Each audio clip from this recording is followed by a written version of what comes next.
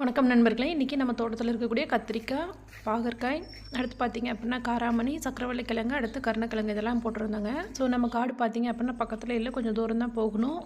நான் வந்து ஒரு வாரத்துக்கு முன்னாடி போய் பார்க்கும்போது பில்லுலாம் சின்னதாக இருந்துச்சு. சரி அப்பயே வெட்டலாம் அப்படின்னு பார்க்கும்போது வயல் வந்து ரொம்ப கடினமாக இருந்தது. ஸோ இது வந்து என் வீட்டுக்காரர் வந்துட்டு இதெல்லாம் வேண்டாம், நம்ம எதாக இருந்தாலும் கடையில் வாங்கிக்கலாம் அப்படின்னு சொன்னார். நான் தான் ஆசைப்பட்டு இல்லை, நம்ம வயல் இருக்கும்போது நம்ம ஏன் கடையில் வாங்கணும், நம்ம ஒரு தடவை ட்ரை பண்ணி பார்க்கலாம் அப்படின்னு சொல்லிட்டு வெட்டவே முடியலங்க. ஏன்னா மண் வந்து ரொம்ப இருவலாக இருந்துச்சு.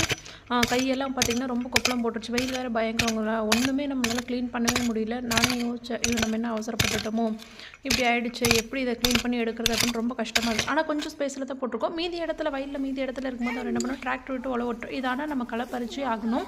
அப்படிங்கும்போது வெட்டவே முடியல. அன்றைக்கி இந்த பிளேஸை மட்டும் க்ளீன் பண்ணுறதுக்கே பார்த்திங்க அப்படின்னா 1 மணி நேரம் கிட்ட ஆகிடுச்சு. சரி ஓகே, நம்ம தண்ணி பாய்க்காமல் இதை வெட்டவே முடியாதாட்டுக்கு, தண்ணி பாயிட்டோம் அப்புறம் வெட்டிக்கலான்னு சொல்லிட்டு அன்றைக்கி விட்டுட்டு வந்தாச்சுங்க.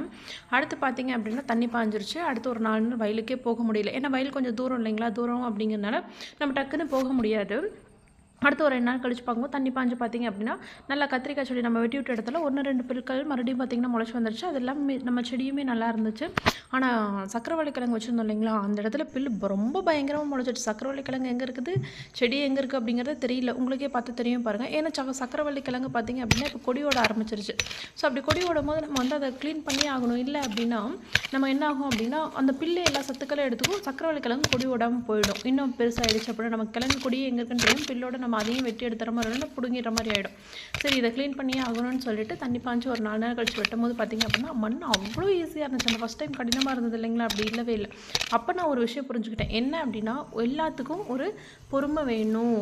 நம்ம வந்து மண் வந்து நம்ம வந்து வெட்டணும் அப்படின்னு நம்ம நினச்சிட்டு போனோம் அப்படின்னா நம்மளால் முடியாது. அது தண்ணி பாஞ்சு எப்போ அது ஒரு பக்குவமாக இருக்கோ அப்போ தான் நம்ம அதை க்ளீன் பண்ணுறது ஈஸி. இதை ஒரு 1/2 மணி நேரத்தில் இது பார்த்திங்க அப்படின்னா ஃபுல்லாகவே வெட்டிட்டேன். இதில் நான் ஒரு விஷயம் தெரிஞ்சுக்கிட்டேன். ஒரு விஷயம் செய்யணும் அப்படின்னா நம்ம பொறுமையாகவும் எப்போ அதில் வந்து பாசிபிளோ அந்த டைமை பார்த்து நம்ம செய்யணும் அப்படிங்கிறத நான் இதில் கற்றுக்கிட்டேன். பார்த்திங்க அப்படின்னா சக்கரவள்ளி கிழங்கு கொடியில் இருந்த எல்லா பில்லையுமே பிடுங்கி போட்டுட்டு சக்கரவள்ளி கிழங்கு எல்லாம் க்ளீன் பண்ணியாச்சு. இருந்தாலுமே சைடில் கொஞ்சம் பில் இருக்குது. அதுக்கான இன்னும் அதை இன்னும் க்ளீன் பண்ணலை. ஸோ நம்ம இங்கே க்ளீன் பண்ணவும் நல்லா பார்த்திங்க அப்படின்னா கத்திரிக்காய் செடியெலாம் சூப்பராகவே நல்லாவே வளர்ந்துருச்சு. பாவக்காயும் கொஞ்சம் வளர்ந்துருச்சு, கொடி ஓடுற ஸ்டேஜ் வந்துருச்சு. காராமணியுமே கொடி ஓடுற ஸ்டேஜ் வந்துருச்சு. அடுத்து பார்த்திங்க அப்படின்னா இன்னும் கொஞ்சம் சைடில் வரப்பில் மட்டும் க்ளீன் பண்ணணும். ஏன்னா இது உழவு ஓட்ட முடியாது, மித்த இடத்துல வந்து வயலில் வந்து உழவு ஓட்டிடுவாங்க. ஸோ இதை நாம் தான் க்ளீன் பண்ணணும். அப்போ வாழ்க்கையில் பொறுமையாக இருந்தோம் அப்படின்னா எதையுமே சாதிக்க முடியும். அதுக்கான ஒரு முயற்சி பண்ணால் மட்டும்தான் சாதிக்க முடியும் அப்படிங்கிறத நான் வந்து இதில் தெரிஞ்சுட்டேன். இதுதான் ஃபஸ்ட் டைம் நான் வளர்த்துறேன். எனக்கு ரொம்ப சந்தோஷமாக இருக்குது. இதே மாதிரி கார்டனிங் பற்றி உங்களுக்கு நிறைய வீடியோஸ் டிப்ஸ்லாம் வேணும் அப்படின்னா என்னோட சேனல் சப்ஸ்கிரைப் பண்ணிக்கோங்க. நன்றி.